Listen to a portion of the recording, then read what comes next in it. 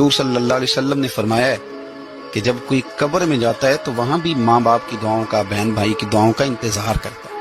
کوئی دعا مانگے سونی کر کے۔ اب آپ یقین کریں کہ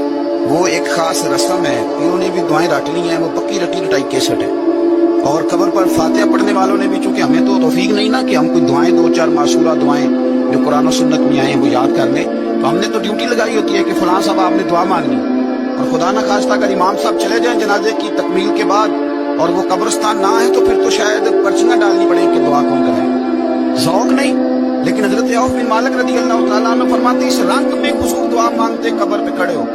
حضرت طلحہ بن برا کی قبر پر پتہ ہے نبی پاک نے کیا دعا مانگی؟ حضور فرمانے لگے میرا طلحہ، اللہ تیری بارگاہ میں آیا ہے، جب میرا یہ غلام تجھ سے ملے نا